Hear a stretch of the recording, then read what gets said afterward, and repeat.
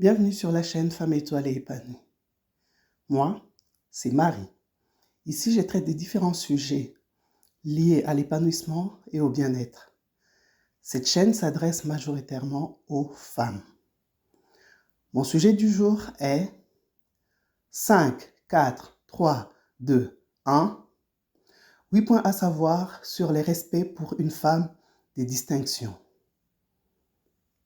Tout être humain aspire ou souhaite être respecté, quelle que soit sa condition de vie. C'est une aspiration légitime et noble. Cependant, il y a des éléments qui font que le respect n'est pas toujours automatique chez certaines personnes. Raison pour laquelle je vais aborder les 8 points concernant le respect. La liste n'est pas exhaustive. Pour autant, ces quelques conditions t'aideront à y voir un peu plus clair et à mieux appréhender cette notion. Mon premier point, c'est qu'une femme respectable ou qui se veut être respectée est une femme qui s'estime elle-même. Elle a de l'estime pour elle-même, elle se respecte et elle attend des autres aussi du respect. Louise, elle, disait « Soyez respectueuse envers vous-même, aimez-vous et ne laissez personne vous dire le contraire. » C'est un rappel pour dire que le respect commence par l'amour et l'estime de soi. C'est un regard favorable que tu portes à ta personne. C'est de la considération que tu donnes à ton être intérieur. Le deuxième point, c'est que tu dois imposer des limites claires par rapport à tes valeurs et principes. Il faut envoyer un message clair et non contradictoire sur ce à quoi tu fondes ta croyance, tes principes dans ton milieu familial, amical ou professionnel. Tes convictions qui ne peuvent pas être bafouées ou sous-estimées.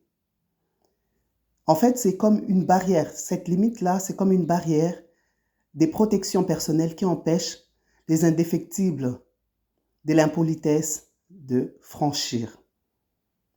En fait, tu envoies un message comme quoi mes valeurs et mes principes doivent être respectés, sinon, qui s'y frotte, s'y pique. Tu dois être intransigeant et sans concession par rapport à tes valeurs et à tes principes. Je sais qu'au début, les autres essaieront de pousser toujours les bouchons un peu loin pour voir jusqu'à quel point tu es capable de céder par rapport à tes valeurs. Non. Non, non, non, non, non, non, non. Il faut être intransigeante. Aucune concession n'est à faire par rapport à ses valeurs et à ses principes. Mon troisième point, c'est qu'il faut éviter la familiarité avec un grand nombre. Ici, la familiarité n'est pas à confondre avec la simplicité et la gentillesse. Parce que très souvent, c'est une porte ouverte à des bêtises, au manque de respect, au manque de respect de nos valeurs, en fait, au manque de respect de ce que nous sommes et ce que nous estimons être important pour nous. On doit faire très attention par rapport à la familiarité. On ne peut pas laisser tout le monde devenir notre proche.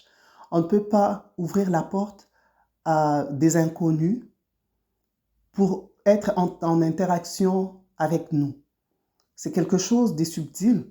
On ne se rend pas forcément compte que la ligne ou les lignes sont en train d'être franchies par d'autres personnes.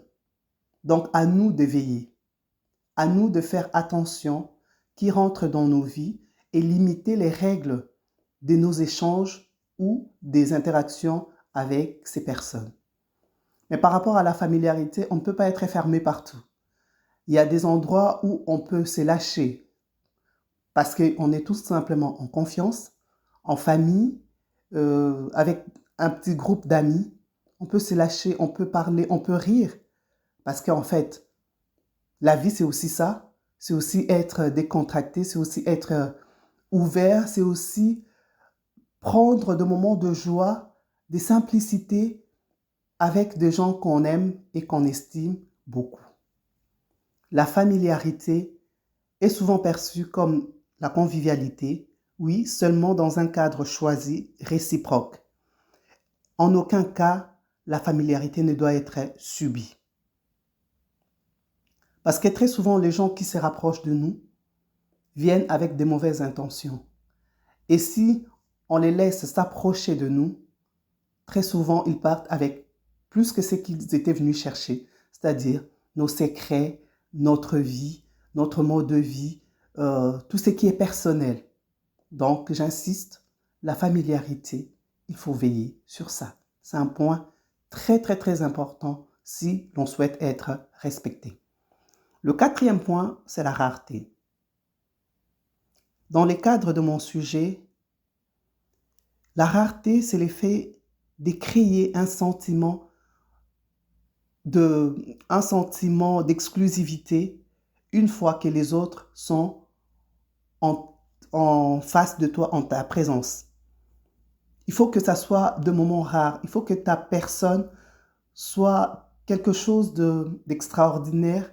Quand les gens viennent à toi, il faut qu'ils se sentent à l'aise. Il faut que les gens soient contents de te voir. Il faut que les gens trouvent vraiment que c'est quelque chose d'exceptionnel, même de magnifique d'être en ta présence. Parce que la banalité, c'est être partout, tout le temps. Et même à la fin, très souvent, les gens commencent à t'éviter. Les gens commencent à te trouver lourde. Les gens commencent à être mal à l'aise une fois que tu es là. Et je dirais même un peu plus loin, il y a d'autres personnes qui éviteront d'être à un endroit tout simplement parce que tu seras présente. Oui. Faisons de notre présence quelque chose d'exceptionnel. Faisons de notre présence quelque chose de souhaité, de profitable aux autres. Parce que quand tu es là, les autres se sentent en sécurité, en joie et aussi heureux de te voir en leur compagnie. La rareté. Tout ce qui est rare est cher. Ne banalise pas ta présence. Ne te mets pas en mode joignable et disponible 24 heures sur 24 et 7 jours sur 7. Non. Il faut que les gens apprécient ta présence. Il faut que quand une personne t'est joint au téléphone, soit contente de se dire « Ah, waouh, je vais échanger avec mamie, je vais échanger avec telle personne. » Oui, c'est ça. Mais il ne faut pas que les gens commencent à ignorer tes messages, à ignorer tes coups de fil en disant « Oh, c'est encore elle, qu'est-ce qu'elle va me dire ?»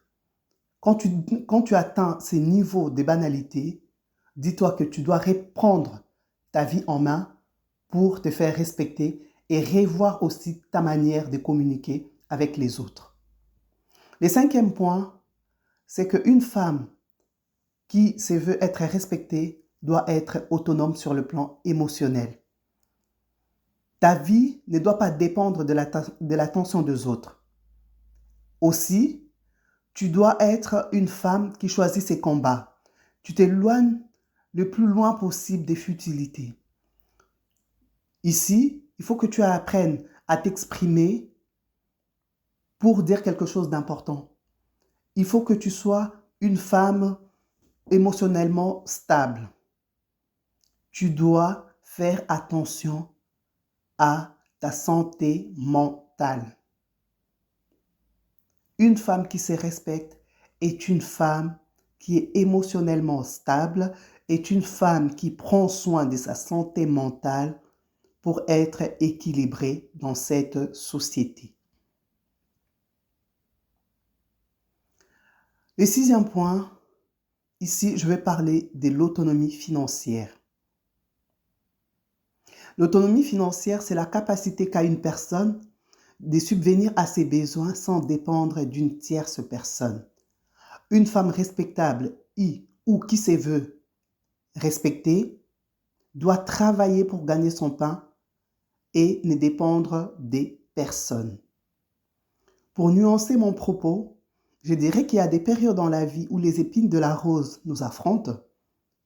C'est normal de demander de l'aide ponctuellement. C'est humain. Il ne faut pas rester dans son coin par orgueil, c'est dire non, je ne veux pas demander de l'aide. Non, on est humain. On reste humain. Quand il y a des moments difficiles, on peut solliciter de l'aide auprès des autres, mais cela ne doit pas être ta vie.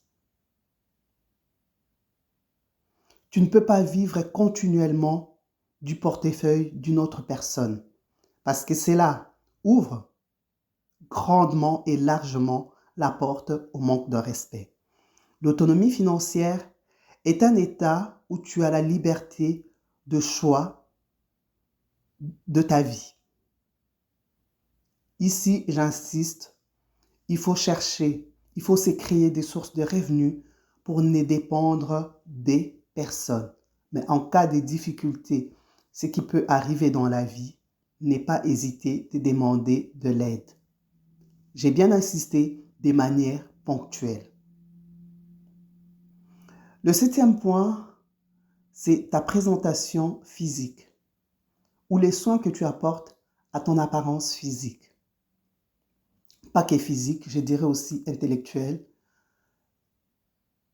Ici, je ne te demande pas d'aller acheter des habits hors de prix, des chaussures hors de prix, des sacs hors de prix. Non, je veux juste que ta présence soit soignée. Ton apparence, c'est cette interface qui rentre en contact avec les autres. Donc, tu dois te présenter de la meilleure façon pour que les autres aient du respect ou de la considération par rapport à ta personne. Tous, quand nous allons au marché, au supermarché, n'importe où, pour faire nos achats, quand on est face à un produit qui est mal emballé, qui n'a pas l'air attirant, très souvent, on détourne le regard. Mais cela ne veut pas dire que le produit est de mauvaise qualité. Non. C'est tout simplement que la présentation n'attire pas notre regard.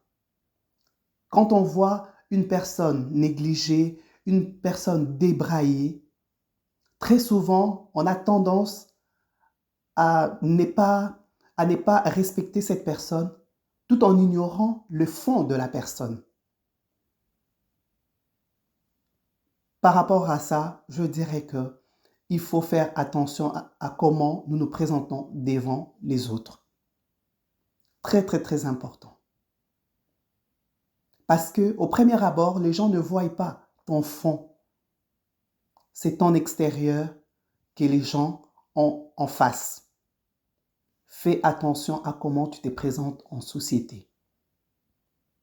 Les odeurs, les mauvaises odeurs, des accoutrements malsains, des tenues non adaptées par rapport aux circonstances, tout ça doit attirer notre attention et revoir tout ce qui doit être revu. Très, très, très important, comment tu te présentes en société. On dit toujours l'habit ne fait pas le moine, mais on reconnaît quand même le moine par son habit. Très important pour nous de faire attention à comment on se présente. Aussi, je dirais, à comment on s'exprime. Parce que notre façon de parler, de manière vulgaire, de manière irrespectueuse, fera en sorte que les autres nous manquent aussi de respect. Très attention, nourrissons notre mental de manière importante pour que nous soyons capables de nous exprimer de la bonne façon, pour nous présenter de la bonne façon. Et c'est là, je vous dis sincèrement, augmente la respectabilité d'une femme.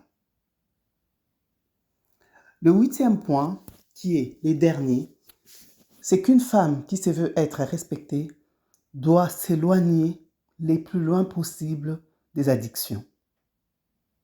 Oui. Une femme qui se drogue, une femme qui boit de manière excessive est une femme qui sera forcément, à un moment donné, elle manquera de respect. On lui manquera de respect, je voulais dire. Pourquoi? Parce que quand tu es inconscient, quand tu es sous influence d'une substance toxique, tu ne seras pas en possession de toutes tes facultés pour être cohérente dans tes propos, pour échanger de manière claire avec quelqu'un, ce qui fait que, d'une manière ou d'une autre, les gens finiront par te manquer du respect. Que ce soit dans les milieux familiaux ou dans les milieux professionnels, une personne qui s'adonne, une femme qui s'adonne à des addictions, très souvent à l'alcool, est une femme à qui les gens manquent de respect. Même si en ta présence, les gens seront hypocrites, mais au fond, les gens se diront, cette femme ne mérite pas d'être respectée. Parce que quand tu es sous les effets d'une drogue, tu n'as pas toutes tes facultés. Tu t'exprimes sans contrôle, sans réserve. Tu te lâches de manière excessive. Tout ça conduit au manque de respect. Donc, à nous femmes étoiles et épanouies, veillons à comment nous nous alimentons, parce qu'il y a de ces femmes aussi, face à la nourriture, ne savent pas se tenir de manière respectable. Tu manges tout, n'importe quoi, sans limite, sans contrôle. Tout ça ouvre aussi des portes au manque de respect. Veillons sur nous, veillons sur notre façon de nous présenter, veillons sur notre façon de nous estimer nous-mêmes, veillons sur notre autonomie financière, veillons sur notre autonomie émotionnelle, veillons sur notre façon d'être rare en société. Tout cela fera de nous des femmes respectables.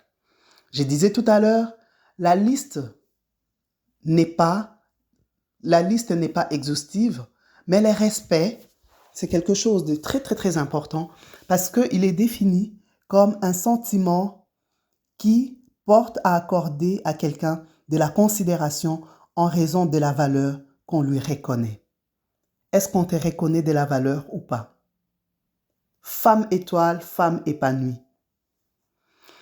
J'ai aimé une citation qui disait « Une belle femme est faite à base de respect et d'éducation, non à base de fond de teint et des talons. » Pour conclure mon sujet du jour, je dirais « La femme et le respect est un sujet vaste. En ce qui me concerne, je souhaite que chacune fasse un travail de qualité à son niveau pour être plus respectable soi-même et envers les autres. Si tu n'aimes pas le respect, essaye le contraire, c'est-à-dire les manques de respect et l'impolitesse. Je pense que tu reviendras vers moi pour me dire, finalement, le respect est louable, le respect est formidable, le respect, c'est quelque chose d'extraordinaire, de magnifique. Merci de m'avoir suivi. Merci de vous abonner, liker, partager. À bientôt. À bientôt les épanouis. Au revoir.